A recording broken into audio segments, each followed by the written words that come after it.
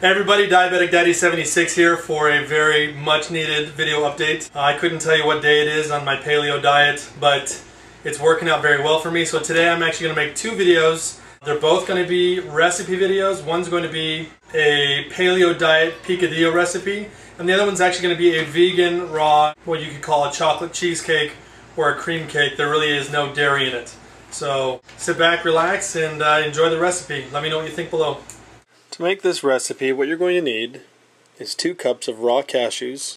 You're going to need a half a cup of water, 3/4 of a cup of raw cocoa powder, 1/2 cup of blue agave nectar, 1/2 cup of raw coconut oil, liquid form, and 2 teaspoons of vanilla extract.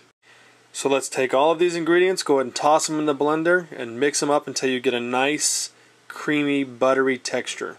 When it's ready, it'll look like this.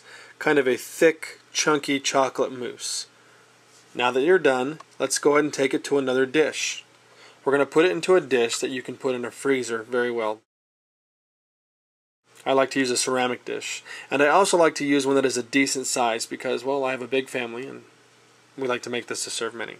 Once you've placed it in the dish, for best results you want to put it in the freezer for at least 2 hours. This will help solidify the cake and give it kind of a cheesecake texture.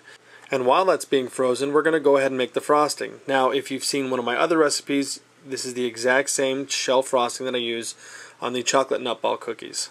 Again, for the recipe, it's 1/3 cup raw coconut oil, 3 tablespoons of raw agave nectar, 1 teaspoon of pure vanilla extract, a Pyrex dish, and you're also going to need 6 tablespoons of raw cocoa powder.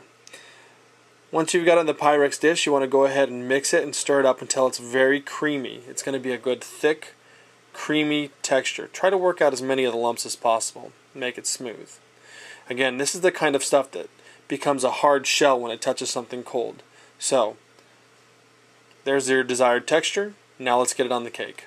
You want to make sure you get it spread out fairly evenly, fairly quickly, because it does become a hard shell pretty rapidly.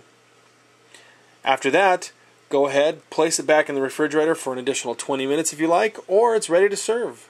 Well, that's it. I hope you enjoyed this recipe, and I also hope you enjoy the dish itself.